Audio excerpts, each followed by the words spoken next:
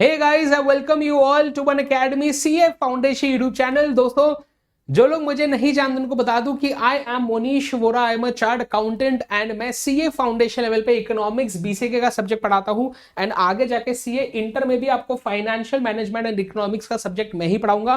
दोस्तों, अभी फिलहाल हमारा चल रहा है बीबीटी फास्ट ट्रैक सीरीज, है ना। बीबीटी है बाहुबली टीम हमारी जो अनअकैडमी की है। हम फिलहाल कर रहे हैं इकोनॉमिक्स का चैप्टर नंबर 3, जिसका नाम है theory of production and cost. Right दोस्तों, हमारा सीए फाउंडेशन दिसंबर 22 का जो रिजल्ट था बहुत ही ज्यादा जबरदस्त आया था। इसमें बहुत सारे स्टूडेंट्स ने 90 plus marks, 80 plus, 70 plus marks score किए हैं। मैं चाहता हूं कि जून 23 में भी इससे ज्यादा जबरदस्त रिजल्ट आए। करेक्ट। अब जो है एक जबरदस्त अनाउंसमेंट आपके लिए ऐसी है दोस्तों कि अभी जो है अनअकैडमी का संकल्प महोत्सव चल रहा है। ये 18 मार्च से 25 मार्च के लिए होगा, जिसमें हमारे अनअकैडमी की टीम के बहुत सारे एजुकेटर्स जो है आपके लिए ऐसे सारे सेशंस लेके आएंगे, राइट, जो आपको काफी हेल्प करेंगे। तो जरूर जो है आप हमारे अनअकैडमी के साथ जुड़े रहिए। साथ ही साथ जो है दोस्तों, अभी जो है आप अगर मुझसे इकोनॉमिक्स बीसीके अनअकैडमी प्लस पे पढ़ना चाहते हैं, है ना, तो आप क्या कर सकते हैं, 9:15 से 10:15 मेरी क्लासेस होती है इकोनॉमिक्स बीसीके की। इस बैच के अंदर मंजिल 2.0 बैच, इस बैच की लिंक डिस्क्रिप्शन बॉक्स में मैंने डलवा दी है। मंजिल 2.0 बैच की जून 23 वाले बच्चों के लिए आप चाहे तो सिर्फ मेरा भी कोर्स अगर आप लेना चाहें वो भी पॉसिबल है। सब्जेक्ट वाइज सब्सक्रिप्शन ले सकते हैं। अगर आप हमसे फुल कोर्स करना चाहते हैं तो बस आपको सब्सक्रिप्शन लेते वक्त एमवी सर कोड यूज करना है, तो जो भी डिस्काउंट्स वगैरह रहेंगे आपको मिल जाएंगे। और अगर आपका कोई भी दोस्त जो दिसंबर 23 में एग्जाम देने वाला है, तो उनको बता देना कि हमारी नई मंजिल बैच, न्यू मंजिल बैच आने वाली है 3 अप्रैल से, है ना। किसके लिए? दिसंबर 23 वाले बच्चों के लिए। ये हमारे सारे एजुकेटर्स रहेंगे इसमें, ठीक है। सो आइए दोस्तों स्टार्ट करते हैं हमारा आज का सेशन। इस सेशन को पूरा एंड तक जरूर देखें, बहुत ज्यादा आपके लिए हेल्पफुल रहेगा।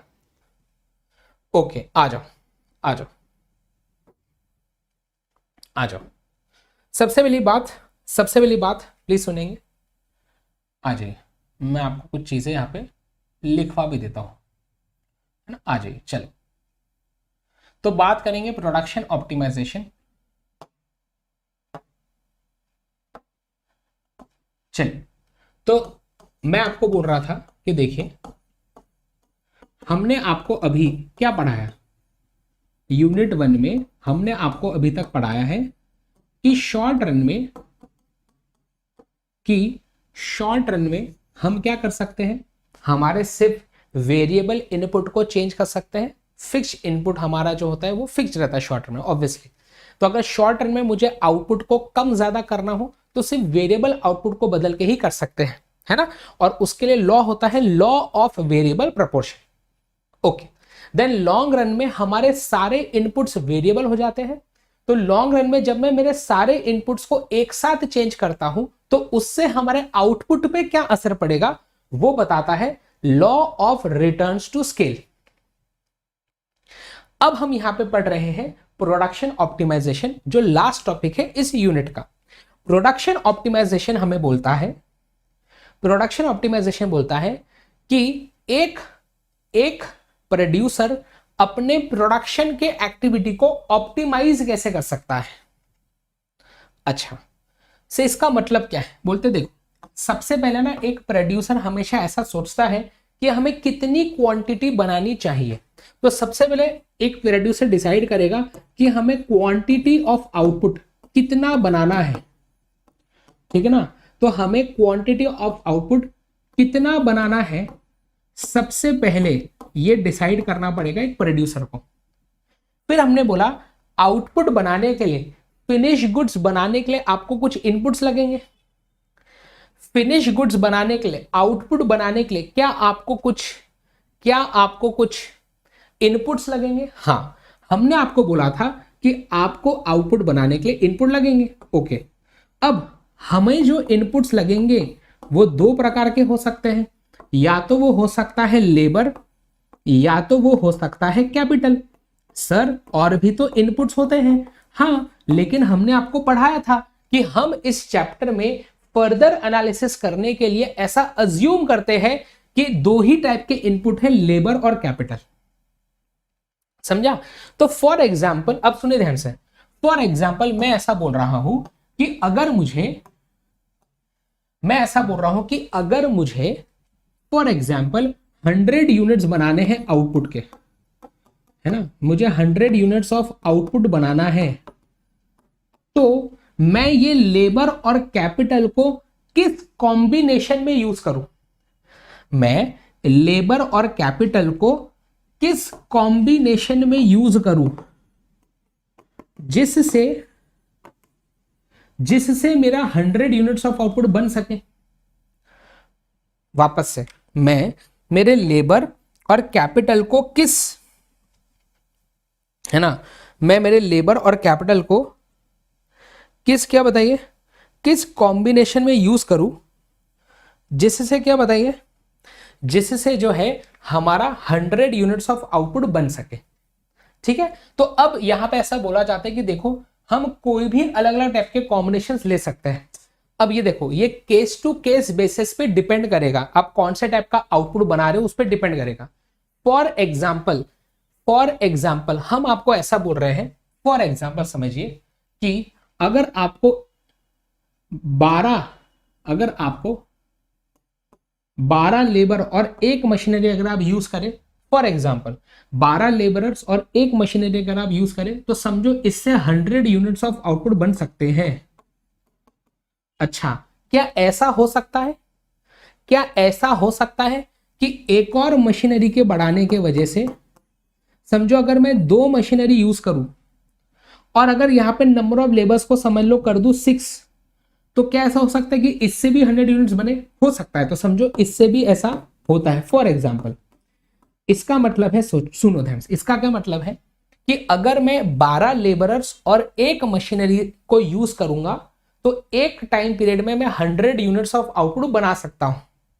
वैसे ही ये क्या है, ये मैंने एक कॉम्बिनेशन की बात की, समझो इसको मैं बोल रहा हूं कॉम्बिनेशन ए। कॉम्बिनेशन ए में मैं 12 लेबरर्स और एक कैपिटल, एक मशीनरी यूज कर रहा हूं। ठीक है, ओके। अगले उसमें देखो क्या हो रहा है, अगले उसमें देखो नेक्स्ट जो कॉम्बिनेशन मैंने बनाया, इसमें हमारा प्रोड्यूसर हमें यह बता रहा है कि अगर आप 6 लेबरर और 2 मशीनरी यूज करते ना तो भी 100 यूनिट्स बन सकते थे। ठीक है ना, ऐसा है ना। समझो ये मैं बात कर रहा हूं, फॉर एग्जाम्पल ये मैं बात कर रहा हूं पर मंथ की, मतलब मैं ये मंथली प्रोडक्शन की बात कर रहा हूं। समझो मैं यहां पे मंथली प्रोडक्शन की बात कर रहा हूं। मतलब क्या, मतलब कि एक महीने में 12 लेबरर्स एक मशीनरी को यूज करके 100 यूनिट्स ऑफ आउटपुट बना सकते हैं। वैसे ही ऐसा भी आप कर सकते हो कि 6 लेबरर्स और 2 मशीनरी को यूज करके भी एक महीने में 100 यूनिट्स बन सकते हैं। ऐसा और भी कॉम्बिनेशन बन सकता है, समझो मैंने और एक कॉम्बिनेशन बनाया, मैंने बोला समझो ऐसा हुआ तो मैंने और एक मशीनरी अगर बढ़ा दी, मैं 3 मशीनरी यूज कर रहा हूं समझो। तो फॉर एग्जाम्पल मैंने बोला कि 4 लेबरर्स और 3 मशीनरी रही ना, तो भी फॉर एग्जाम्पल आप 100 यूनिट्स बना सकते हैं, है ना। सर ये कैसे आया?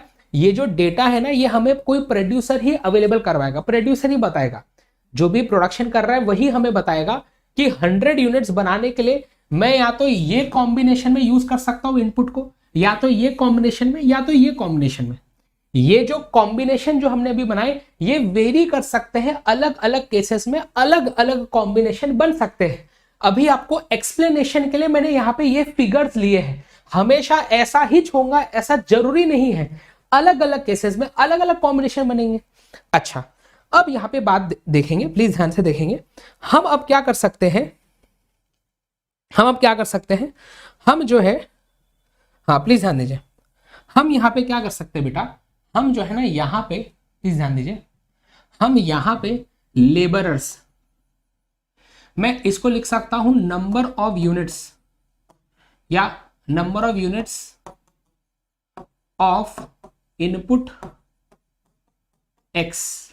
तो ये हो जाएगा हमारा number of units of input x, ठीक है ना, जो हमारा लेबर है यहां पे। और इसको मैं लिख सकता हूं number of units of input Y, ये है, ठीक है ना। जब मैं इन दोनों को ग्राफ पे प्लॉट करता हूं, मतलब इस चीज को मैं एक्स एक्सेस पे प्लॉट करूंगा, इस चीज को मैं वाई एक्सेस पे प्लॉट करूंगा। तो ग्राफ पे प्लॉट करके जो हमें कर्व मिलता है उसे बोलते हैं आइसोक्वांट कर्व। अच्छा ये क्या है आइए देखते हैं। आइए मैं यहां पे ड्रॉ करके बता रहा हूं कि किस प्रकार का बनेगा आइसोक्वांट। ठीक है, ध्यान दीजिए। तो आपका आइसोक्वांट लगभग लगभग कुछ इस प्रकार का बनता है जो अभी मैं बनाऊंगा। ठीक है सर, देखते हैं। अभी चलते जाइए मेरे साथ, टेंशन मत लो, है ना, बस चलते जाओ, सुनते जाओ मैं क्या बोल रहा हूं। हम यहां पे क्या करेंगे, हम यहां पे जो है एक्स एक्सेस पे प्लॉट करेंगे यूनिट्स ऑफ इनपुट एक्स। हम यहां पे प्लॉट करेंगे यूनिट्स ऑफ इनपुट एक्स और यहां पे हम प्लॉट करेंगे यूनिट्स ऑफ इनपुट वाई। ठीक है ना।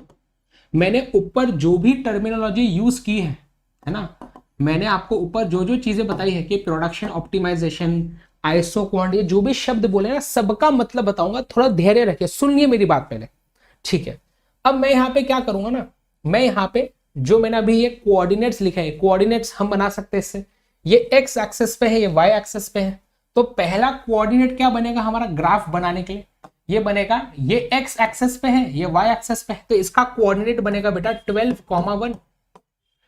इसका कोऑर्डिनेट बनेगा 6,2। इसका कोऑर्डिनेट बनेगा 4,3।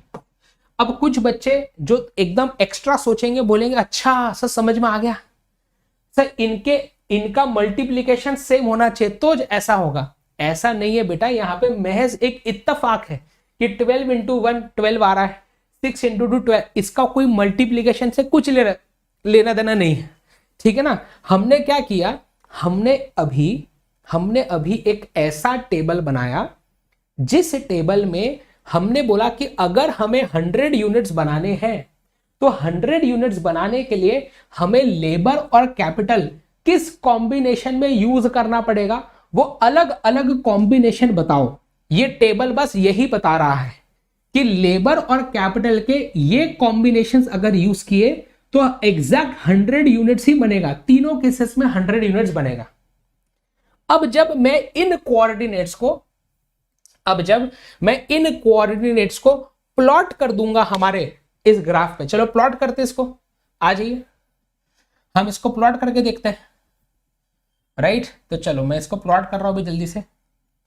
तो हम कर रहे हैं यहां पे 2 4 6 8 10 और 12। ठीक है, और यहां पे हम कर रहे हैं 1 2 3 2 3। ठीक है, चलो तो पहला पॉइंट क्या है हमारा 12,1। तो चलो प्लॉट करते हैं। तो 12,1 तो ये हमारा हो जाएगा पॉइंट, 12,1 ये हो जाएगा हमारा पॉइंट। दूसरा पॉइंट क्या है देखो, दूसरा पॉइंट क्या है, दूसरा पॉइंट है 6,2। ठीक है, 6,2 प्लॉट करो, 6,2 तो 6,2 तो 2 तक जाओ। आई होप आपको ये सब चीजें तो पता है कि प्लॉटिंग कैसे करते हैं। This is 6,2। वैसे ही अगला क्या बोला उन्होंने 12, नहीं वो हो गया 4,3। हाँ, तो 4,3 मतलब ये लगभग इधर कहीं ना कहीं। अब हम क्या करेंगे, जब हम इस कर्व को, जब हम इन पॉइंट्स को जब मैं मिला दूंगा, जब मैं इन पॉइंट्स को ऐसे मिला दूंगा तो इन पॉइंट्स को मिला के जो मुझे कर्व मिलता है, इस कर्व को मैं बोलता हूं आइसोक्वांट। क्या बोलता हूं इसे बताइए, इस कर्व को मैं बोलता हूं आइसोक्वांट। अच्छा, धीरे धीरे सब धीरे धीरे चलेंगे, टेंशन मत लो, सुनिए ध्यान से, धीरे धीरे, बिल्कुल टेंशन मत लो। ठीक है, आइसोक्वांट, आइसोक्वांट, आइसोक्वांट। आइसो का मतलब क्या है, यहां पे आइसो का मतलब क्या है, बोलता है आइसो का मतलब होता है, आइसो का मतलब होता है इक्वल।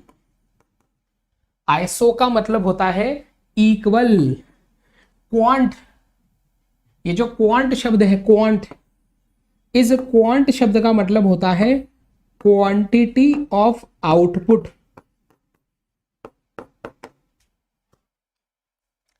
तो हमारा ये जो आइसो क्वांट है ये एक ऐसा कर्व है जिसपे आप कोई भी पॉइंट ले लो, जैसे ये पॉइंट लिया, इस पॉइंट पे हम इतना और इतना, हम इतना इनपुट y यूज कर रहे हैं और इतना इनपुट x यूज कर रहे हैं, तो इस कॉम्बिनेशन पे भी हमारा 100 यूनिट्स ही बनेगा। अगर मैं ये कॉम्बिनेशन यूज करूं इनपुट x और इनपुट y का, तो इस कॉम्बिनेशन में भी 100 यूनिट्स ही बनेंगे। यहां पे अगर ये पॉइंट चुनूं तो यहां पे जो हमारा कॉम्बिनेशन बनेगा इस कॉम्बिनेशन में भी 100 यूनिट्स ही बनेंगे।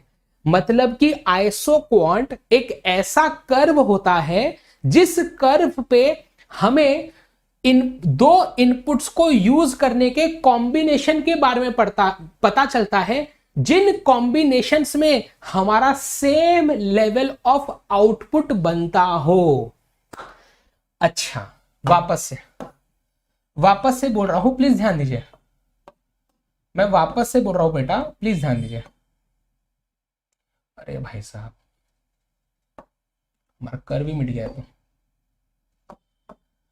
मैं वापस से बोल रहा हूं, प्लीज ध्यान दीजिए। हमारा था 6,2, करेक्ट। तो ये था हमारा 6,2, ये था 4,3 एंड दिस वाज 12,1। मैंने क्या किया, सबसे पहले एक टेबल बनाया। इस टेबल में बोला हम कितना आउटपुट बनाना चाहते हैं, 100 यूनिट्स। इसके लिए इनपुट x और y का क्या कॉम्बिनेशन यूज करना चाहिए जिससे 100 यूनिट्स बने। तो बोलते हैं हम अलग अलग कॉम्बिनेशन यूज कर सकते हैं। तो हमने यहाँ पे 3 कॉम्बिनेशन बता दिए और इन तीनों कॉम्बिनेशंस को हमने यहाँ पे फिर प्लॉट कर दिया। अब ये तीनों पॉइंट को जब मैं जोड़ दूंगा, जब ये तीनों पॉइंट को मैं जोड़ दूंगा, जब ये तीनों पॉइंट को मैं जोड़ दूंगा तो इसको जोड़ के जो मुझे कर्व मिलेगा, इस कर्व को बोलता हूं आइसो क्वांट कर्व।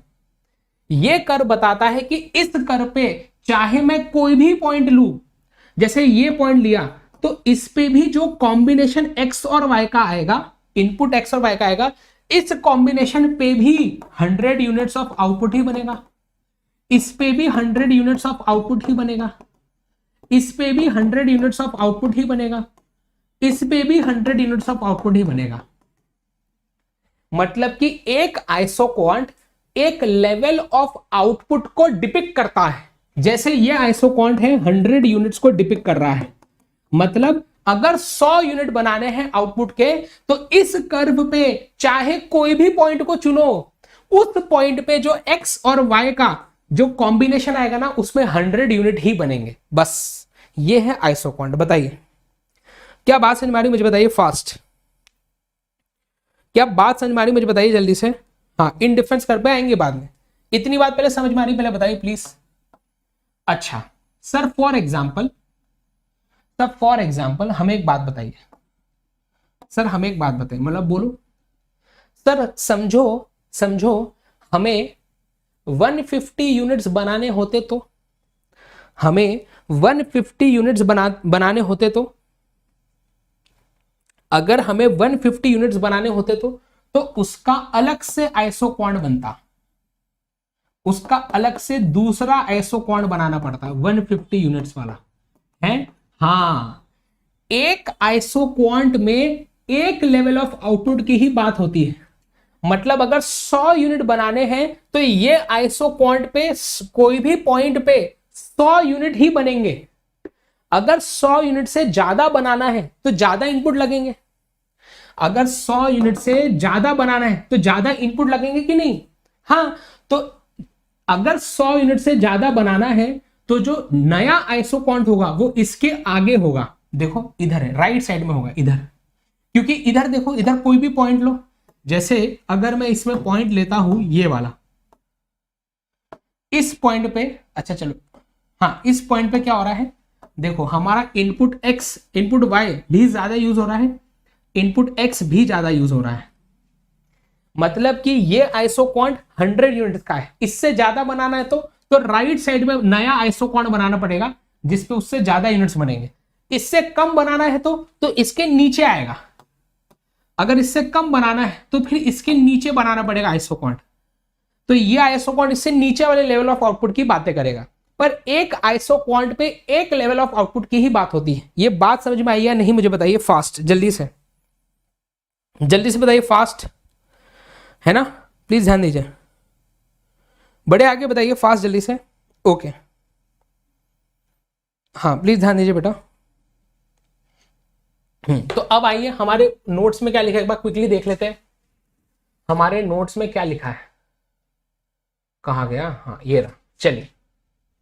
तो देखो क्या बोल रहा है, वो बोलता है an isoquant represents all those combination of inputs which are capable of producing same level of output. एक आइसो क्वांट हमें क्या बताता है, एक आइसो क्वांट हमें क्या बताता है, वो सारे कॉम्बिनेशन ऑफ इनपुट के बारे में बताता है, वो सारे कॉम्बिनेशन ऑफ इनपुट के बारे में बताता है जिन कॉम्बिनेशन ऑफ इनपुट पे हमारा सेम लेवल ऑफ आउटपुट बने।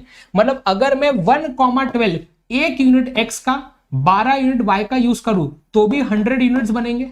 अगर 2 यूनिट x के यूज किए 8 यूनिट y के किए तो भी 100 यूनिट्स बनेंगे। 3 यूनिट x के किए 5 यूनिट y के यूज किए इनपुट के तो भी 100 यूनिट्स बनेंगे। समझ में आ रहा है?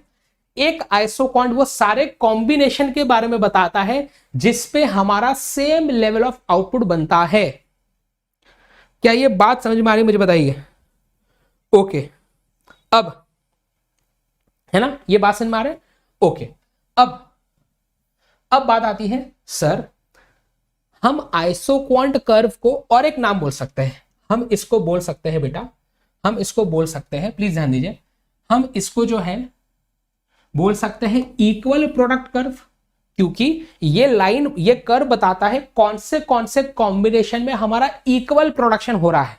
तो इसे इक्वल प्रोडक्ट कर्व या प्रोडक्शन इन डिफरेंस कर्व भी बोलते हैं। हाँ, चाहे हमें ये वाला आप कॉम्बिनेशन दे दो, चाहे ये वाला दे दो या ये वाला या ये वाला, सारे कॉम्बिनेशन में 100 यूनिट ही बन रहे हैं ना, तो हम सबके लिए हमारे लिए सारे कॉम्बिनेशन एक समान है, क्योंकि सारे कॉम्बिनेशन में बन तो 100 यूनिट्स ही रहे हैं, इसलिए हम ये सारे कॉम्बिनेशन में इनडिफरेंट है। जैसे एक मदर है, उनका एक बेटा भी है एक बेटी भी है, तो मम्मी क्या करती है, बेटा बेटी से दोनों से इक्वल प्यार करती है। ऐसा तो नहीं करेंगे ना एक से ज्यादा एक से कम, मतलब मम्मी जो है अपने बेटे और बेटी दोनों के लिए इनडिफरेंट है, दोनों से इक्वल प्यार करते हैं। वैसा ही यहां पे अगर हमें प्लीज ध्यान दीजिए, वैसे ही यहां पे अगर हम ये वाला कॉम्बिनेशन चुने या ये वाला चुने या ये वाला चुने या ये वाला चुने, सारे कॉम्बिनेशन में 100 यूनिट्स ही बन रहे हैं, इसलिए हम सारे कॉम्बिनेशन में इनडिफरेंट है, सबके लिए हमें इक्वल, क्या बताए, इक्वल समझते हैं सबको, क्योंकि सब में इक्वल हमारा प्रोडक्शन हो रहा है इसलिए। तो इसे प्रोडक्शन इन डिफरेंस कर्व या इसे आइसो प्रोडक्ट कर्व भी बोलते हैं। आइसो मतलब इक्वल, प्रोडक्ट मतलब प्रोडक्शन, हर पॉइंट पे हमारा इक्वल लेवल ऑफ प्रोडक्शन हो रहा है, इसलिए इसे आइसो प्रोडक्ट कर्व भी बोलते हैं। इस पे एमसीक्यू आता है, बात समझ में आ रही है? इस पे एमसीक्यू आता है। अब ध्यान दीजिए, बात समझ में आ गई? अब ध्यान दीजिए प्लीज। अब तो अभी हमने क्या देखा, हमने देखा कि आइसो क्वांट हमें वो सारे कॉम्बिनेशन के बारे में बताता है जिसपे हमारा इक्वल लेवल ऑफ आउटपुट बने। अब हम क्या पढ़ रहे हैं बताओ? हम पढ़ रहे हैं प्रोडक्शन ऑप्टिमाइजेशन, है ना सर? अभी तक आपने ऑप्टिमाइजेशन की तो बात की ही नहीं बेटा, सुनिए ध्यान से। मैंने बोला प्रोडक्शन करने के लिए हम सबसे पहले डिसाइड करते हैं कितना आउटपुट बनाना है, तो मैंने बोला 100 यूनिट्स बनाने हैं। अब 100 यूनिट्स ऑफ आउटपुट बनाने के लिए हम इनपुट कितना कितना यूज करें, तो मैंने बोला ओके 100 यूनिट्स ऑफ आउटपुट बनाने के लिए इनपुट कितना कितना लगेगा ये बताता है आइसो क्वांट। समझ में आ रहा है? तो ये आइसो क्वांट से हमें पता चलेगा कि जितना आउटपुट बनाना है, इतना आउटपुट बनाने के लिए इनपुट किस कॉम्बिनेशन में यूज करना है। समझा? अब बात आती है कि हमें पता चल गया इतना आउटपुट बनाने के लिए हमें ये कॉम्बिनेशन ऑफ इनपुट हम यूज कर सकते हैं। अब बात आती है कि इनपुट जो बेचने वाला होगा, जो ये लेबर का सर्विस हमें देगा, वो हमारा चच्चा लगता है क्या? नहीं। जो हमें मशीनरीज बेचेगा वो हमारा चच्चा या मामा लगता है क्या? नहीं। तो ये इनपुट्स को खरीदने के लिए लगेगा पैसा। बात समझ में आ रही है? ये इनपुट को खरीदने के लिए क्या लगेगा? ये इनपुट्स को खरीदने के लिए क्या लगेगा? पैसा लगेगा। समझ में आ रहा है मैं क्या बोल रहा हूं? हाँ, मतलब कि अब सुनिए ध्यान से। मैंने प्रिंस को बोला कि प्रिंस तुम कितना प्रोडक्शन करना चाहोगे, है ना? मैंने बोला प्रिंस तुम कितना प्रोडक्शन करना चाहोगे? तो प्रिंस से बोला सर आपने बोला जितना ज्यादा ऊंचा होगा, जितना ज्यादा राइट साइड में होगा आइसो क्वांट, उतना ज्यादा प्रोडक्शन होगा। एक काम करो सर, सबसे ऊंचा वाला आइसो क्वांट दे दो, सबसे ऊंचा वाला आइसो क्वांट दे दो। मैं एकदम बहुत सारे यूनिट्स बनाना चाहता हूं। मैंने बोला बेटा बात तो सही है, तुम जितना ज्यादा बनाना चाहो बनाओ, पर बेटा चद्दर भी तो कोई चीज होती है? हाँ, ऐसा सुना है आपने? क्या बताइए? जितनी चद्दर उतने पैर फैलाने चाहिए। तो बेटा ये इतना ज्यादा प्रोडक्शन करने के लिए हमें इनपुट भी तो लगेंगे। हमें इतना ज्यादा प्रोडक्शन करने के लिए इनपुट खरीदने पड़ेंगे ना, फुकट में थोड़ी ना आएंगे। तो ये खरीदने के लिए लगेगा पैसा। तो हमारे पास कितना पैसा अवेलेबल है प्रोडक्शन करने के लिए, वो बताता है आइसो कॉस्ट लाइन। समझ में आ रही है बात? वापस से मैंने बोला कि 100 यूनिट्स हमें बनाने हैं, 100 यूनिट्स ऑफ आउटपुट बनाने हैं। ये बनाने के लिए मैं ये कॉम्बिनेशन यूज कर सकता हूं इनपुट के। तो ये कॉम्बिनेशन इनपुट के यूज करने के लिए इसको खरीदना भी तो पड़ेगा ना, फुकट में थोड़ी आएगा। तो मेरे पास कितना पैसा अवेलेबल है प्रोडक्शन पे खर्चा करने के लिए, ये दर्शाता है आइसो कॉस्ट लाइन। हमारी चद्दर की लाइन बताता है कि इस लाइन के बाहर पैर मत फैलाना, इस लाइन तक ही तुम्हारे अभी फिलहाल चद्दर है। ये बात समझ में आ रही क्या बोल रहा हूं? यस ना बताइए। हाँ, अब ध्यान दीजिए। हाँ, तो आइए इधर। तो आइसो कॉस्ट लाइन क्या बोलता है? आइसो कॉस्ट लाइन क्या बोलता है? आइए, तो हम आइसो कॉस्ट लाइन बना रहे हैं, आइसो कॉस्ट लाइन बना रहे हैं, ठीक है? तो यहां पे क्या होगा, आइए उंगली से बना लेते हैं, चलो पेन से बना लेते हैं, ठीक है? तो ये इधर हम लिखेंगे यूनिट्स ऑफ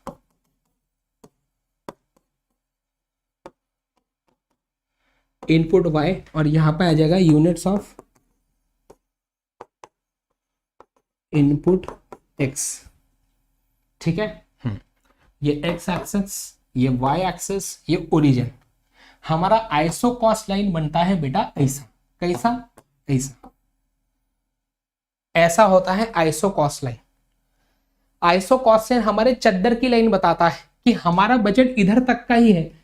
इससे बाहर अगर मैंने यहां पे कोई ये कॉम्बिनेशन चुना तो यहां पे हमारे इनपुट x इतने आएंगे और इनपुट y इतना आएगा, इतना इनपुट x आएगा, इसमें इतना इनपुट y आएगा। तो मैं ये कॉम्बिनेशन को अफोर्ड नहीं कर सकता क्योंकि चद्दर के बाहर है। समझा? इसके अंदर जो कॉम्बिनेशंस होंगे इसको मैं अफोर्ड कर सकता हूं, इसके ऊपर जो कॉम्बिनेशन होते हैं इसको मैं अफोर्ड कर सकता हूं, है ना? पर इसके बाहर के कॉम्बिनेशन को अफोर्ड नहीं कर सकता। ठीक है, हम धीरे धीरे आएंगे, उस पर टेंशन मत लो। अब प्लीज ध्यान दीजिए, हाँ प्लीज ध्यान दीजिए। अब क्योंकि ये बच्चे अभी 1000 बार सवाल पूछ लिए हैं और हम में पेशेंस बिल्कुल भी नहीं है। मान लो, आज मान लो बेटा सब लोग चैट में कि हम में पेशेंस नहीं है। आइए सवाल का जवाब दे देते हैं पहले। आइए आपके सवाल का जवाब पहले दे देते हैं। तो कब से बच्चे रो रहे हैं कि सर आप बाकी कॉन्सेप्ट छोड़ो, हमको बस यही बता दो कि इन डिफरेंस कर्व और आइसो क्वांट में क्या फर्क है। बाकी सब छोड़ो सर, हमको बाकी पढ़ने से क्या है, बाकी जो आप बता रहे हो सर वो छोड़ो, हमको यही बताओ पहले, है ना? यही जानना है सबको। चलिए ध्यान देंगे। हाँ प्लीज ध्यान देंगे अभी, हाँ चलो ध्यान देंगे अभी। तो अब सुन लो, अभी सबको इतना बेसब्री से इंतजार था इसका, सबको इतना बेसब्री से इसका इंतजार था, है ना, वो घड़ी अब आ चुकी है, प्लीज ध्यान दीजिए। हाँ अब ध्यान दीजिए बेटा, सबसे पहली बात दोनों का डिफरेंस। पहली बात हमने ये पढ़ा था इकोनॉमिक्स चैप्टर 2 यूनिट 2 में, थियरी ऑफ कंज्यूमर बिहेवियर, जिसमें ऑर्डिनल अप्रोच आता है, उसमें हमने ये पढ़ा था, क्या पढ़ा था, इंडिफरेंस कर्व के बारे में। हम आइसोक्वांट के बारे में अभी पढ़ रहे हैं, इकोनॉमिक्स चैप्टर 3 यूनिट 1 में। ये पहला डिफरेंस है, समझा ना, ये पहला डिफरेंस है। अगली बात सुनेंगे ध्यान से। हम इन डिफरेंस कर्व में यहां पे हम बात करते हैं combination of two goods which we are consuming, two goods which we are consuming and which give same level of satisfaction। समझा? Combination of two goods which we are consuming and which give same level of satisfaction, इसकी बात करता है indifference curve. और isoquant क्या बताता है, isoquant अलग चीज है दोनों का सेम, दोनों का डायग्राम सेम बनता है, दोनों का ग्राफ सेम बनता है, पर दोनों अलग अलग चीजों की बातें कर रहा है। आइसोक्वांट बात करता है combination of to inputs, combination of to inputs which we are using for production,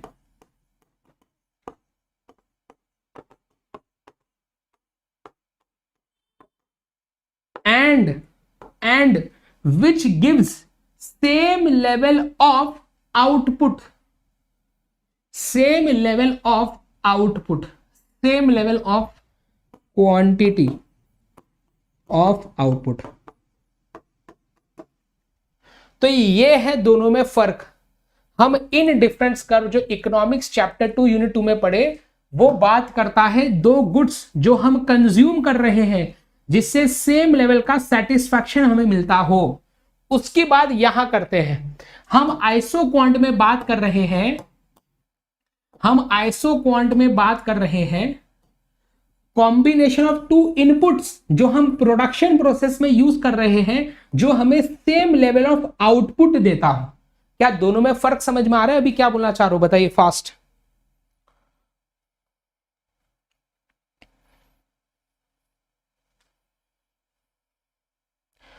क्या बात समझ में आ रहा है? मैं क्या बोलना चाह रहा हूं बताइए।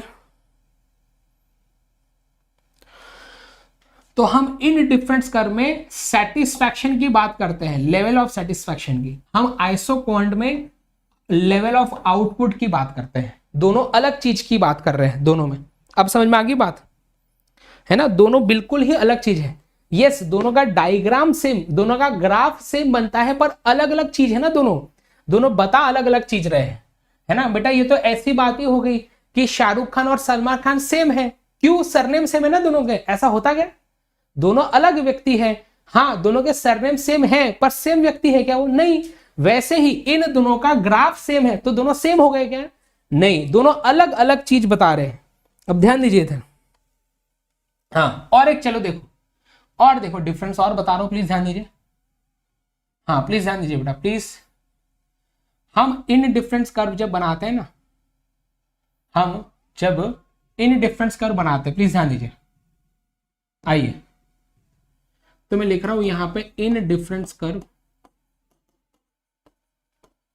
और यहां पे लिख रहा हूं आइसो क्वांट, ठीक है ना। और डिफरेंस देखो, यहां पे हम जब ग्राफ बनाते हैं, यहां पे हम जब ग्राफ बनाते हैं तो हम x और y एक्सिस पे क्या लिखते हैं, यहां पे लिखते हैं हम quantity of good x consumed, मतलब क्वांटिटी ऑफ गुड x जो हम कंज्यूम करने वाले हैं वो लिखते हैं x एक्सिस में, और हम y एक्सिस में लिखते हैं quantity of good y to be consumed, है ना, टू बी कंज्यूम्ड।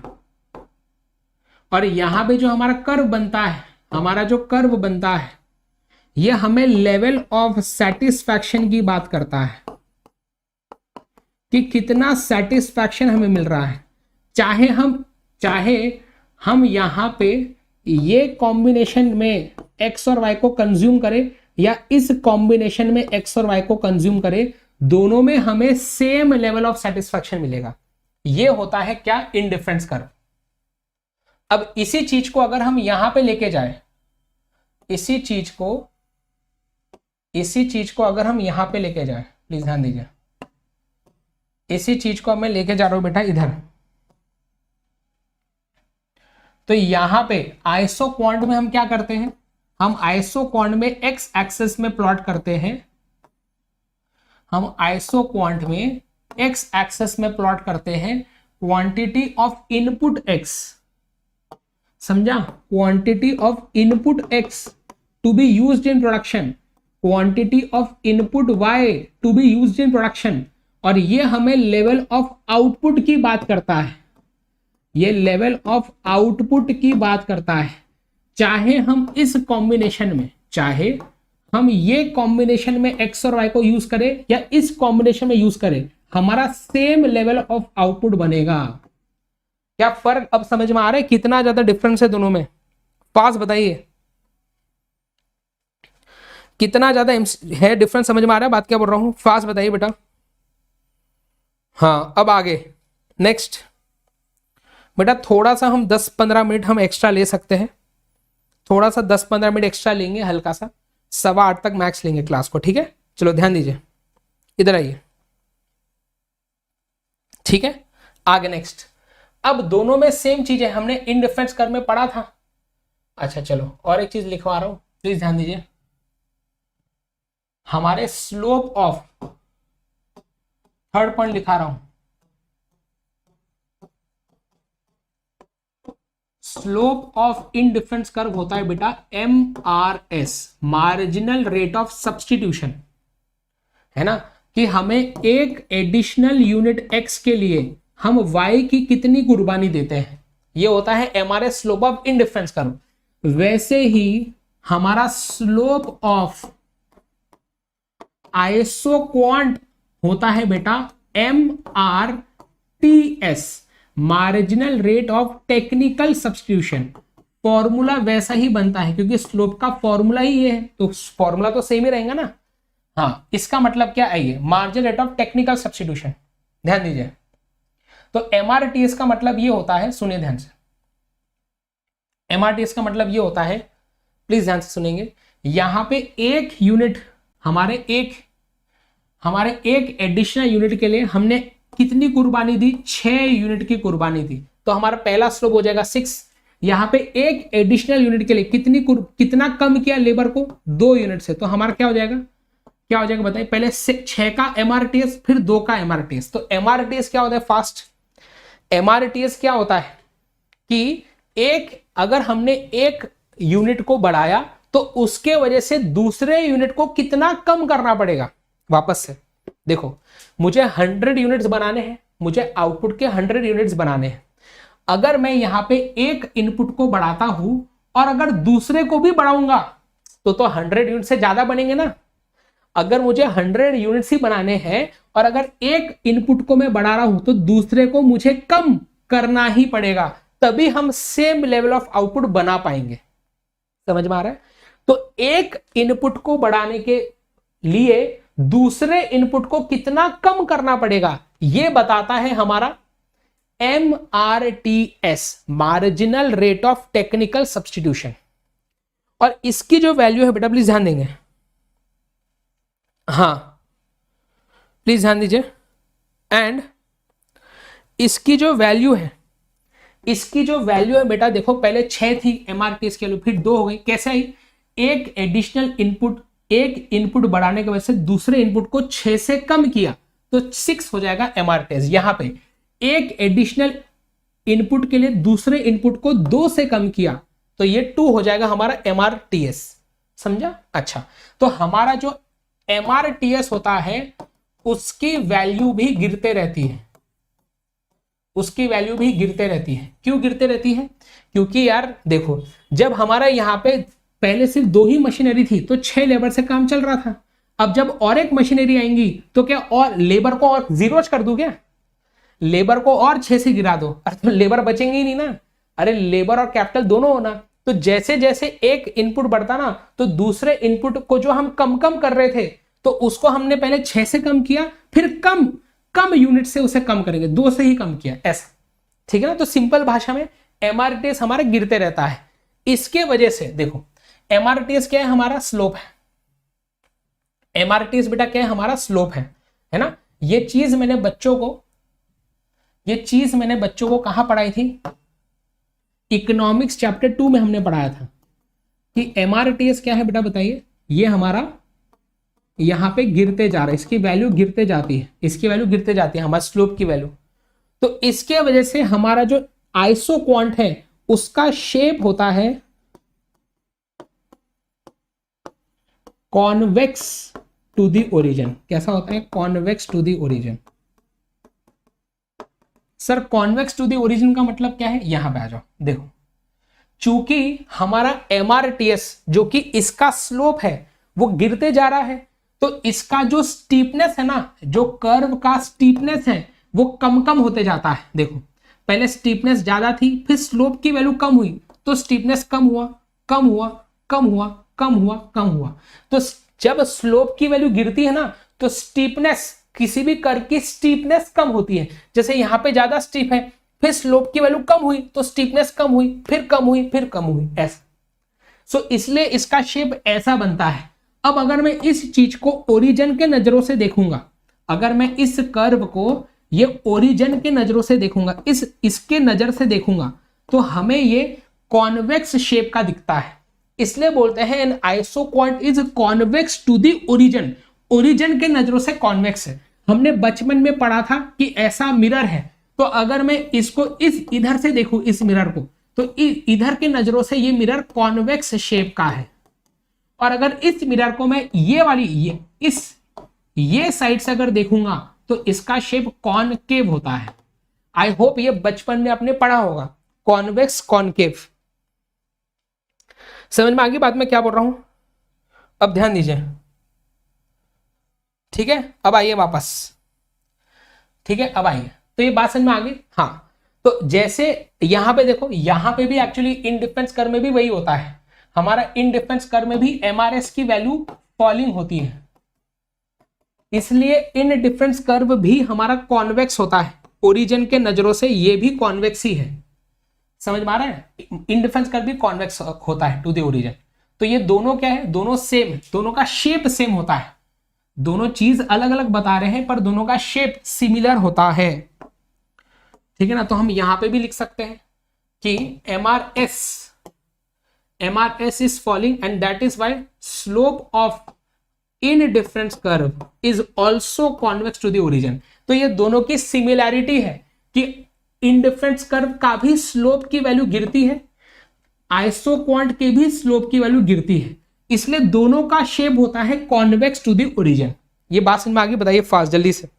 नेक्स्ट आगे बढ़ेंगे, नेक्स्ट आगे अगला देखेंगे। अब इधर आइए, हाँ अब अगला पॉइंट देखेंगे। नेक्स्ट पॉइंट, दोनों ही डाउनवर्ड स्लोपिंग होते हैं, दोनों ही डाउनवर्ड स्लोपिंग होते हैं। एक मिनट रुकेंगे, ठीक है? ये पॉइंट 4 था, ये पॉइंट 4 था, ठीक है? अब हम पॉइंट 5 की बात करेंगे। दोनों ही डाउनवर्ड स्लोपिंग होते हैं हाँ, आइसोक्वांट और इंडिफरेंस कर्व दोनों ही डाउनवर्ड स्लोपिंग है। कॉमन सेंस की बात है बेटा, बताओ क्यों ऐसा। देखो अगर मुझे डाउनवर्ड स्लोपिंग, कोई भी कर्व डाउनवर्ड स्लोपिंग कब होता है, ये भी मैंने आपको चैप्टर 2 में पढ़ाया है। जो भी चीजें हम एक्स एक्सिस और वाई एक्सिस में प्लॉट करते हैं, अगर इन दोनों में इनवर्स रिलेशन होता है तो जो कर्व बनता है वो डाउनवर्ड स्लोपिंग ही बनेगा। ये होता है अपवर्ड स्लोपिंग कर्व, इसे अपवर्ड स्लोपिंग कर्व बोलते हैं, इसे डाउनवर्ड स्लोपिंग कर्व बोलते हैं। तो हमारा यहां पे कैसा बनता है, इस प्रकार का बनता है कर्व दोनों केस में। तो डाउनवर्ड स्लोपिंग क्यों बनता है, देखिए बताता हूं। आइए बेटा, मैं बहुत ज्यादा डिटेल में जाने की कोशिश कर रहा हूं, हद हो जाएंगे अभी ये, हम फास्ट ट्रैक में आपको डिटेल में लेके जा रहे हैं, प्लीज ध्यान दीजिए।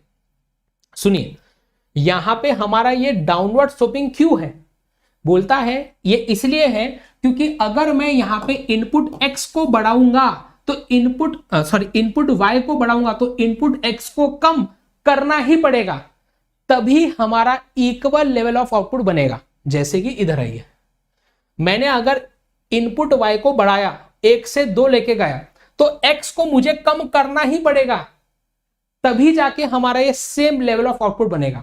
मतलब एक चीज को बढ़ाना है तो दूसरे को कम करना ही पड़ेगा, मतलब इनवर्स रिलेशन है दोनों में, एक बढ़ेगा तो दूसरा कम होगा, क्योंकि सेम लेवल ऑफ आउटपुट बनाना है। इसीलिए इन डाउनवर्ड स्लोपिंग होता है आइसोक्वांट, है ना। सिमिलरली इन डिफरेंस कर्व भी हमारा डाउनवर्ड स्लोपिंग होता है। अगर मैंने गुड एक्स का कंजम्पशन बढ़ाया तो गुड वाई का कम करना ही पड़ेगा, तभी same level of satisfaction maintain रहेगा। तो दोनों में सिमिलरिटी क्या है, और दोनों डाउनवर्ड स्लोपिंग होते हैं। और एक सिमिलरिटी देखेंगे, higher the indifference curve,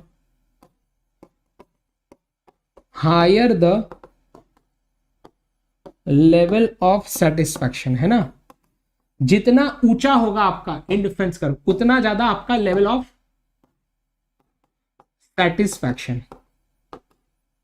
similarly higher the isoquant, जितना ज्यादा ऊंचा आइसोक्वांट होगा, क्या बताइए, जितना ज्यादा राइट साइड में होगा आइसोक्वांट, उतना ज्यादा हमारा आउटपुट बनेगा, उतना ज्यादा हमारा आउटपुट बनेगा, है ना। तो higher the isoquant, higher the level of output. Common sense देखो, अगर मैं हायर इंडिफरेंस कर लूंगा तो उसमें हम ज्यादा यूनिट्स कंज्यूम करेंगे। जैसे यहां पे अगर मैं यहां पे और एक इंडिफरेंस कर्व ले लूं, तो यहां पे क्या हो रहा है, मैं इधर कोई भी पॉइंट ले लो, यहां पे कोई भी पॉइंट आप ले लो, जैसे ये पॉइंट, इसमें मैं इस वाले पुराने कर्व से ज्यादा कंजम्पशन कर रहा हूं, तो सेटिस्फैक्शन भी ज्यादा ही मिलेगा ना इससे। वैसे ही इधर आ जाओ आइसोक्वांट में, अगर मैं यहां पे इसके आगे दूसरा कर्व बनाऊं आइसोक्वांट का, तो इसमें मेरे पुराने कर्व से ज्यादा इनपुट यूज होंगे, तो इस पे ज्यादा ही आउटपुट बनेगा ना इससे, ऐसा। तो ये सारे हमने डिफरेंसेस बता दिए, सिमिलरिटी बता दी। अब एक ऐसा डिफरेंस जिसपे एमसीक्यू आता है वो सुन लो। आइए, ऐसा डिफरेंस जिसपे एमसीक्यू आता है सुनेंगे। बोलता है कि हमारा जो इन डिफरेंस कर्व है वो सेम लेवल ऑफ सेटिस्फैक्शन की बात करता है, और हमारा जो आइसोक्वांट है वो सेम लेवल ऑफ आउटपुट की बात करता है। बोलते हैं हम सेटिस्फैक्शन को क्वांटिफाई नहीं कर सकते, इट इज नॉट क्वांटिफाइबल, मतलब हम गिन के नहीं बता सकते कि कितना हमें सेटिस्फैक्शन मिलता है। इट इज नॉट मेजरेबल, हम इसको क्वांटिटी में नहीं बता सकते कि कितना सेटिस्फैक्शन मिल रहा है, लेकिन जो लेवल ऑफ आउटपुट होता है इसको हम क्वांटिफाई कर सकते हैं। हम बता सकते हैं 50 यूनिट, 60 यूनिट, 80 यूनिट, 100 यूनिट, ऐसा बता सकते हैं। तो हमारा क्या बताइए, यहां पे आइसोक्वांट जो चीज के बारे में बताता है वो क्वांटिफाइबल है, वो मेजरेबल है, लेकिन इन डिफरेंस कर्व जिस चीज के बारे में बताता है वो क्वांटिफाइबल नहीं होता। अब कुछ तेजस्वी बच्चे जिन्होंने कॉन्सेप्चुअल पढ़ाई नहीं की होंगी वो सुनो क्या बोलेंगे, ध्यान से। अब प्लीज ध्यान से सुनेंगे, ध्यान से सुनेंगे, अब ध्यान दीजिए। अब यहां पे कुछ तेजस्वी बच्चे बोलेंगे सर हमने तो पढ़ा है, सर हमने तो पढ़ा है कि हम यूटिलिटी को यूटिल्स में मेजर कर सकते हैं। राजा वो चीज आप पढ़ते हैं कार्डिनल मेथड में, कार्डिनल अप्रोच में ये चीज आती है कि आप यूटिलिटी को मेजर कर सकते हो। हमारा इन डिफरेंस कर्व जो है वो ऑर्डिनल अप्रोच में आता है। ऑर्डिनल अप्रोच वाले बोलते हैं कि यूटिलिटी को मेजर नहीं कर सकते, तो इन डिफरेंस कर्व उसी अजम्पशन पे बनता है कि हम इसको मेजर नहीं कर सकते। समझ में आ गई बातें? ये भी डाउट क्लियर? बड़े आगे बताओ, क्या आगे बड़े फास्ट बताइए। चलिए, है ना, आगे बढ़ेंगे। नेक्स्ट अगली बात, ठीक है ना? हाँ वेरी गुड। अब ये बात होगी सर, ठीक है, तो हमने पूरा डिफरेंस समझा दिया। वापस आते थोड़ा सा, ठीक है। तो आइसोक्वांट क्या बताएगा? देखो, हमें प्रोडक्शन ऑप्टिमाइज करना है, मतलब सबसे पहले डिसाइड करो कितना क्वांटिटी बनाना है। मैंने बोला 100 यूनिट्स। 100 यूनिट्स बनाने के लिए कितना इनपुट लगेगा, क्या कॉम्बिनेशन में इनपुट यूज करूं, ये बताएगा आइसोक्वांट।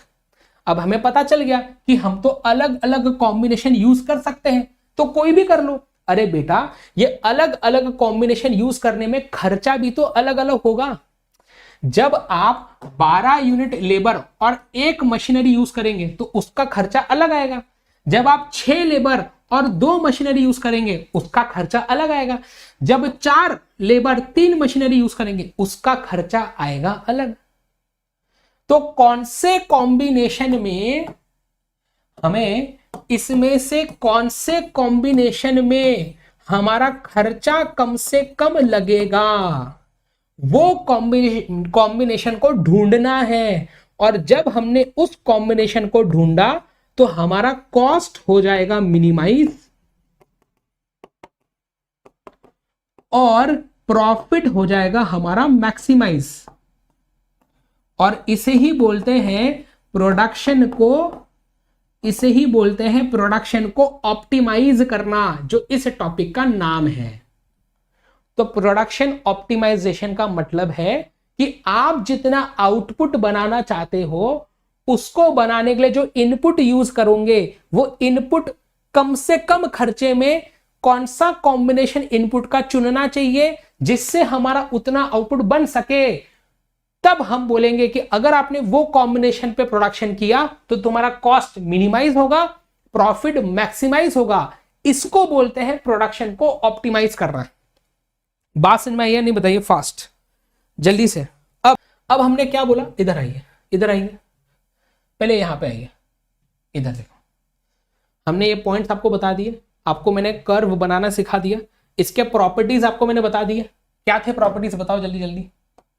प्रॉपर्टीज क्या क्या थे किसके? आइसोक्वांट के। कि नेगेटिवली स्लोप या डाउनवर्ड स्लोपिंग होता है। अच्छा, स्लोप क्या होता है आइसोक्वांट का? Marginal rate of technical substitution. ये कॉन्वेक्स टू द ओरिजिन होता है बिकॉज MRTS की वैल्यू डिमिनिशिंग होती है। आगे, curve on the right represents higher level of output. जो राइट साइड में होता है आइसोक्वांट पे ज्यादा आउटपुट बनेगा क्योंकि उसमें ज्यादा इनपुट यूज होते हैं इसीलिए। और ये नॉन इंटरसेक्टिंग होता है। हाँ, ये भी पॉइंट आप लिख सकते हैं, ये नॉन इंटरसेक्टिंग होता है। क्या? हमारा in difference curve and isoquant दोनों ही नॉन इंटरसेक्टिंग होते हैं। दोनों ही क्या होते हैं? Non intersecting. ठीक है ना, दोनों ही नॉन इंटरसेक्टिंग होते हैं। मतलब क्या? दो इन डिफरेंस कर्व कभी भी इंटरसेक्ट नहीं कर सकते। दो आइसोक्वांट कभी भी इंटरसेक्ट नहीं कर सकते, है ना? ऐसा क्यों? क्योंकि अगर ऐसा हुआ तो उससे गलत कंक्लूजन आते हैं, इसलिए। जैसे कि मैंने बोला, मैं ये समझाता हूं, दूसरा अपने आप समझ में आ जाएगा। ठीक है, हम आइसोक्वांट एक बार समझा देते हैं कि इंटरसेक्ट क्यों नहीं होता है। ठीक है ना, चलो ध्यान दीजिए प्लीज। हाँ, तो मैंने बोला ये मेरा आइसोक्वांट है। समझो इस आइसोक्वांट पे हमारे 100 यूनिट्स बनते हो। ठीक है, अब मैं बाजू में और एक आइसोक्वांट बना रहा हूं जो इसको इंटरसेक्ट हो रहा है। समझो इस आइसोक्वांट पे हमारे 120 यूनिट्स बन रहे हैं। ठीक है ना? हाँ, तो अब मुझे बताइए, अगर मैं ये वाला पॉइंट लूंगा तो इस कॉम्बिनेशन में क्या हो रहा है? ये वाला कॉम्बिनेशन आइसोक्वांट 1 पे भी है, ये कॉम्बिनेशन आइसोक्वांट 2 पे भी है। मतलब ऐसा बोल रहे हैं कि ये कॉम्बिनेशन में 100 भी बन सकते, 120 भी बन सकते। ऐसा कैसे हो सकता? अरे एक कॉम्बिनेशन ऑफ आउटपुट पे दो, एक कॉम्बिनेशन ऑफ इनपुट पे दो आउटपुट कैसे बनेंगे? तो ऐसा अब्सर्ड, ऐसा इलॉजिकल कंक्लूजन आता है अगर इंटरसेक्ट हुआ तो। इसलिए बोलते हैं कि इंटरसेक्ट होता ही नहीं, क्योंकि इंटरसेक्ट हुआ तो ऐसे गलत कंक्लूजन आ सकते हैं। तो वही समझा रहा है कि आइसोक्वांट या या इंडिफरेंस कर्व इंटरसेक्ट नहीं होते। समझ में आ रही बात है? आगे बढ़ेंगे नेक्स्ट। हाँ, मतलब दो आइसोक्वांट एक दूसरे को कट नहीं कर सकते। Very good. चलो वापस आएंगे आगे नेक्स्ट। ठीक है सर, ये भी बात होगी आगे, ठीक है ना, ये बता दिया। आ जाओ। देन मैंने एक इंपॉर्टेंट डिफरेंस के बारे में लिखा है हमारे समरी में कि क्या बताइए, हम आइसोक्वांट में जो लेवल ऑफ प्रोडक्शन की बात करते हैं इसको हम क्वांटिफाई कर सकते हैं, लेकिन लेवल ऑफ सेटिस्फैक्शन को हम क्वांटिफाई नहीं कर सकते। ये हो गई बात हमारी। वेरी गुड, आगे बढ़ेंगे। चलो अगली बात, इधर आ जाओ। आइसो कॉस्ट की बात करेंगे। आइसो कॉस्ट क्या है? इसको हम इक्वल कॉस्ट लाइन, हम इसको इक्वल कॉस्ट लाइन या बजट लाइन भी बोल सकते हैं, या बजट कंस्ट्रेंट लाइन भी बोल सकते हैं। हमें आइसो कॉस्ट क्या बताता है? जैसे फॉर एग्जांपल अगर हमारा बजट है 1000 रुपए का, तो हमने बोला समझो 1000 रुपए के बजट के लिए ये है आपका आइसो कॉस्ट, ये वाला। मतलब कि अगर आपको 1000 रुपए तक का खर्चा करना है प्रोडक्शन करने में, तो आप इस लाइन के ऊपर कोई भी कॉम्बिनेशन को चुनो, एक्स और वाई इनपुट के कोई भी कॉम्बिनेशन को चुनो, हर एक कॉम्बिनेशन में 1000 रुपए का ही खर्चा होगा। लेकिन अगर आप इस बजट लाइन के बाहर का कुछ लेंगे, समझो ये आपका अभी का बजट लाइन है जिसपे 1000 रुपए खर्चा हो रहे हैं, अगर यहां पर का कोई कॉम्बिनेशन लिया तो एक्स और वाई का, तो यहां पे 1000 रुपए से ज्यादा खर्चा होगा। यहां का लेंगे तो यहां पे 1000 रुपए से कम का खर्चा होगा। इस लाइन के ऊपर लेंगे पॉइंट तो एग्जैक्ट 1000 रुपए खर्चा होंगे। समझा? अगर मेरा बजट 1000 रुपए से ज्यादा है तो उसका अलग आइसो कॉस्ट बनेगा। जैसे समझो अगर हमारा बजट जो है वो है 1500 रुपए का, तो 1500 रुपए के लिए इसके राइट साइड में अलग बजट लाइन बनेगा, ये वाला। समझो मेरा बजट 600 रुपए का है, तो उसके लिए अलग बजट लाइन बनेगा, इसके नीचे बनेगा। ऐसा समझ में आ रहा है? तो बजट लाइन हमारी क्या बताता है? चद्दर बताता है कि प्रोडक्शन करना है तो अगर 1000 रुपए ही है तो यही तक प्रोडक्शन कर सकते हैं, इससे ज्यादा नहीं कर पाएंगे, इससे कम नहीं कर पाएंगे, क्योंकि यही तक आप कॉम्बिनेशन ऑफ इनपुट को यूज कर सकते हो। ऐसा, ये बात समझ में आ रही है? मुझे बताइए फास्ट। ठीक है, अब ध्यान दीजिए। हाँ ठीक है ना।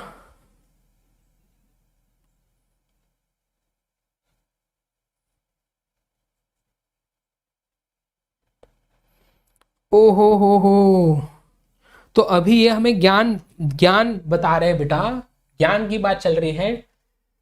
अरे अरे अरे भाई साहब बोले सर इसके लिए आपको लाइन बतानी पड़ेगी, ये वाली लाइन। तो बताया तो है मैंने, ये लाइन, ये इंटरसेक्शन के लिए लाइन समझानी पड़ेगी। बोले तो वही तो समझाया बेटा, वही और क्या समझाया मैंने, ऐसे ही समझा ना बेटा। चलो कोई बात नहीं, अब आएंगे आगे नेक्स्ट। अब हमने आपको इकोनॉमिक्स चैप्टर 2 में हमने आपको पढ़ाया था, क्या पढ़ाया था?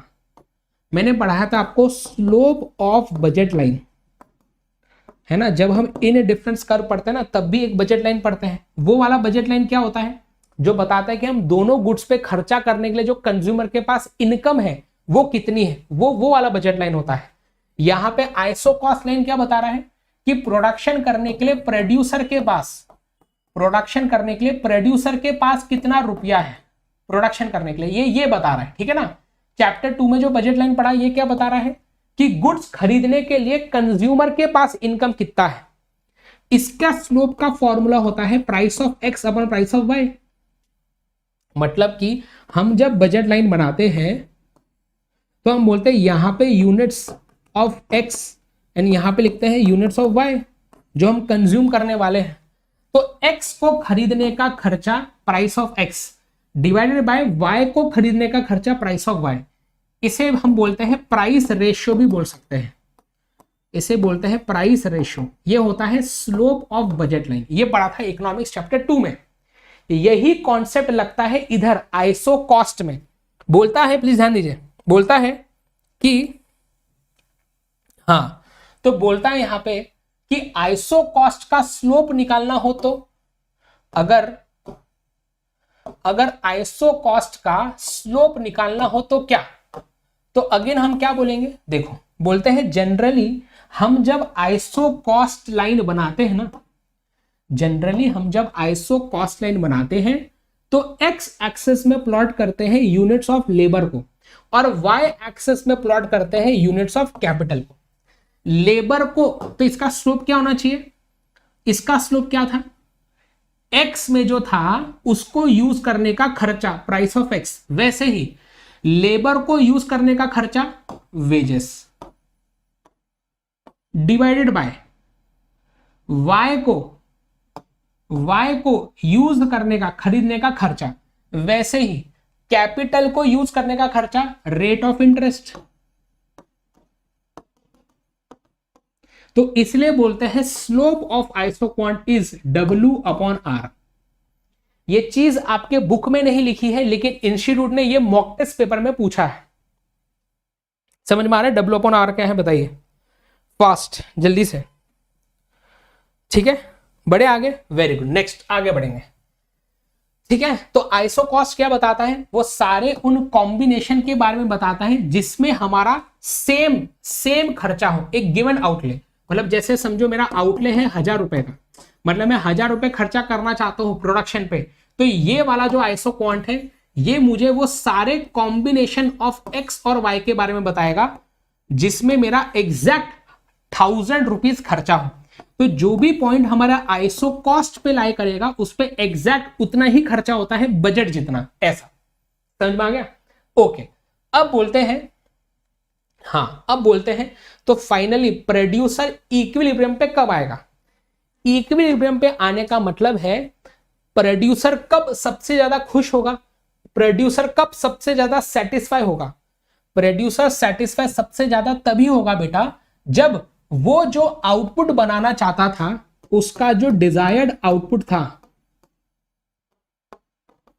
जो भी वो आउटपुट जितना क्वांटिटी बनाना चाहता था वो बनाने के लिए जो वो कॉम्बिनेशन ऑफ इनपुट यूज कर रहा है, ये डिजायर्ड लेवल ऑफ आउटपुट बनाने के लिए जो वो कॉम्बिनेशन ऑफ इनपुट यूज कर रहा है ये उसे लीस्ट कॉस्ट पे अगर मिल जाए तो उसका कॉस्ट कम से कम हो जाएगा जिसके वजह से उसका प्रॉफिट मैक्सिमाइज हो जाएगा। तो प्रोड्यूसर इक्विलिब्रियम पे प्रोड्यूसर सबसे ज्यादा सेटिस्फाई कब होगा, जब वो जितना आउटपुट बनाना चाहता था उसके लिए जितना इनपुट उसको लगता था वो उसको लीस्ट कॉस्ट में मिल जाए जिससे उसका प्रॉफिट मैक्सिमाइज हो जाए, तब बोलेंगे कि प्रोड्यूसर इक्विलिब्रियम पे है।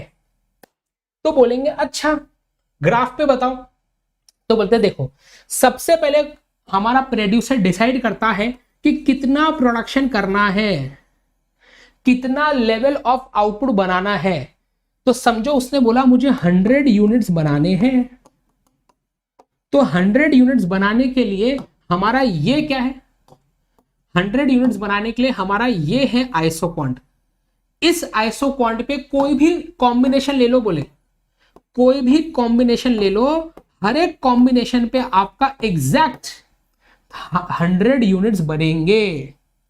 अब हमने बोला ओके क्या क्या बजट पे बन सकते हैं, ये 100 यूनिट्स क्या क्या बजट पे बन सकते हैं वो बता रहा है हमें यहां पे आइसो कॉस्ट लाइन। तो बोलते हैं ये 100 यूनिट्स बनाने का ये एक आइसो कॉस्ट लाइन है, ये है और ये है। तो 4 आइसो कॉस्ट बता दी, मतलब 4 अलग अलग बजट्स बताए हैं। हमने बोला देखो, हमने बोला एक काम करते हैं, ये ए या तो ये ई वाला चुनते हैं, ये ए कॉम्बिनेशन ए या कॉम्बिनेशन ई में दोनों में क्या हो रहा है बताओ, दोनों में बेटा हमारा ये दोनों में हमारा 100 यूनिट्स तो बन रहा है। क्यों, क्योंकि ये इस आइसो क्वांट पे है, पर ये बनाने का खर्चा ज्यादा है। क्यों, क्योंकि ये आगे वाले आइसो कॉस्ट लाइन पे है इसीलिए।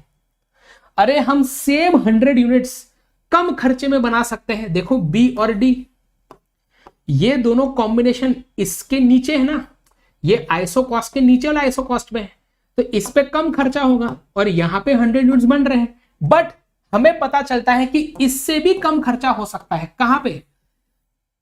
ये सबसे, इन सबसे कम खर्चा हमारा हो सकता है एग्जैक्टली यहां पे। ये जो हमारा पॉइंट है, पॉइंट सी, ये आइसोकॉस्ट पे भी लाई कर रहा है, मतलब इस पॉइंट सी पे 100 यूनिट्स बन रहे हैं और कम से कम खर्चा लग रहा है। अब बच्चा बोलेगा सर यहां का पॉइंट क्यों नहीं लिया? बेटा अगर यहां का पॉइंट में लेता इस इंडिफरेंस कर्व का, यहां पे मेरे 100 यूनिट्स तो बन ही नहीं रहे ना। अरे यहां पे हमारा आइसोकॉन्ट जा ही नहीं रहा इस लाइन के पास। अगर ये आइसोकॉन्ट इस लाइन के पास होता तो 100 यूनिट्स बनते ना। ये आइसोक्वांट जो है हमारा, वो इसके पास आ ही नहीं रहा ना, तो यहां पे प्रोडक्शन किया भी तो 100 यूनिट्स नहीं बनेंगे। मतलब हमारा least cost combination of factor कौन सा है? हमारा least cost combination of factor है बेटा ये पॉइंट सी। ये पॉइंट सी मतलब कि ये क्या है, बोलते हैं आपको इतना इनपुट x और इतना इनपुट y यूज करना चाहिए, तब जाके आपका कॉस्ट कम से कम होगा और 100 यूनिट भी बन जाएंगे। तो बोलता है ऐसा कब होता है? बोलता है ऐसा तब होता है बेटा जब हमारा आइसोकॉस्ट लाइन टेंजेंट होता है आइसोक्वांट को। सो एमसीक्यू आएगा, प्रोड्यूसर इक्विलिब्रियम पे कब आता है? प्रोड्यूसर इक्विलिब्रियम पे कब आता है? जब हमारा आइसोकॉस्ट लाइन टेंजेंट होता है आइसोक्वांट से। समझ में आ गई बात है? बस ये एमसीक्यू आता है। टेंजेंट का मतलब क्या है वो भी सुन लो चलो। जैसे कि टेंजेंट का मतलब होता है बेटा, कोई बात नहीं है ना, जीवन है, हमको कुछ भी नहीं आता सर, क्या कर सकते? कोई बात नहीं, क्या करेंगे? कोई बात नहीं। जैसे एक सर्कल है तो टेंजेंट का मतलब होता है एक ऐसी लाइन जो इस सर्कल को, टेंजेंट का मतलब होता है बेटा एक ऐसी लाइन जो इस सर्कल को सिर्फ महज एक पॉइंट पे ही टच करे। जैसे कि हम ऐसा बोलेंगे कि हमारी ये जो लाइन है, इस लाइन को मैं नाम दे रहा हूं PL, हमारी जो ये PL लाइन है ना, वो इस सर्कल को टेंजेंट है। मतलब ये लाइन इस सर्कल को एक ही पॉइंट पे टच करती है और कहीं टच नहीं करती। चेक करो, ये लाइन इस सर्कल को यही पॉइंट पे टच कर रही है। वैसे ही यहां पे चेक करो, हमारा ये जो यहां पे आइसोकॉस्ट लाइन जो है, हमारा यहां पे जो ये आइसोकॉस्ट लाइन है, ये हमारे इस आइसोक्वांट को महज यही वाले पॉइंट पर टच कर रहा है और कहीं पे टच नहीं कर रहा। चेक कर लो। तो ऐसे पॉइंट को बोलते हैं टेंजेंट। तो हम बोलेंगे कि जिस पॉइंट पे हमारा आइसोकॉस्ट टेंजेंट है आइसोक्वांट से, उस पॉइंट पे हमारा क्या होता है? Producer equilibrium. बात खत्म। इकोनॉमिक्स चैप्टर 3 यूनिट 1 खत्म। क्या बात समझ में आ रही मुझे बताइए, है ना? सो गाइज आई होप कि आपको आज का हमारा ये सेशन बहुत ज्यादा अच्छा लगा होगा, आपको सारी चीजें समझ में आई होंगी। आप जो है अनअकैडमी का प्लस या आइकॉनिक का सब्सक्रिप्शन ले सकते हैं। दोनों में सेम क्लासेस होती है, लेकिन प्लस में आपको फुल कोर्स मिलता है, एक स्ट्रक्चर्ड वे में PDF नोट्स मिलते हैं, डेली लाइव क्लासेस मिलते हैं। एंड आइकॉनिक में प्लस के साथ साथ ये एडिशनल बेनिफिट्स मिलते हैं, जैसे 1-to-1 life mentorship, printed books etcetera. तो आप जो है अनअकैडमी में हमारी इस मंजिल बैच को ज्वाइन कर सकते हैं, जो अभी करंटली चल रही है जून 23 वाले बच्चों के लिए। अगर आपका एग्जाम दिसंबर 23 में है तो हमारी जो नई मंजिल बैच है, जो हमारी न्यू मंजिल बैच है, वो स्टार्ट होगी 3 अप्रैल से। ठीक है ना? ये हमारे सारे एजुकेटर्स रहेंगे इसमें। तो आप जो है MV सर कोड यूज करें सब्सक्रिप्शन लेने के लिए, तो जो भी डिस्काउंट्स वगैरह है आपको सारे मिल जाएंगे। राइट? सो मुझे फॉलो कर लेना अनअकैडमी ऐप पे, है ना? मुझे फॉलो करने की लिंक भी डिस्क्रिप्शन बॉक्स में है। आप जो भी ये फ्री सेशंस ले रहा हूं ना, इन सब की लिंक आपको एक जगह पे यहां पे मिल जाएगी। तो ये एक लिंक है, इसको एज इट इज आप टाइप कीजिए कोई भी ब्राउजर पे, और एक गूगल शीट ओपन होगी जिसमें CA फाउंडेशन वाले टैब पे जाके आपको हमारे क्लासेस की लिंक्स मिल जाएगी। एंड अनअकैडमी के सब्सक्रिप्शन के लिए आप MB सा कोड यूज कर सकते हैं। ठीक है? So thank you so much. अपना ख्याल रखिए, अपने पेरेंट्स का ख्याल रखिए, क्योंकि हम हमारे पेरेंट्स के बिना कुछ भी नहीं है। Thanks so much guys, bye bye. मिलते हैं ऐसे ही अगले वीडियो में।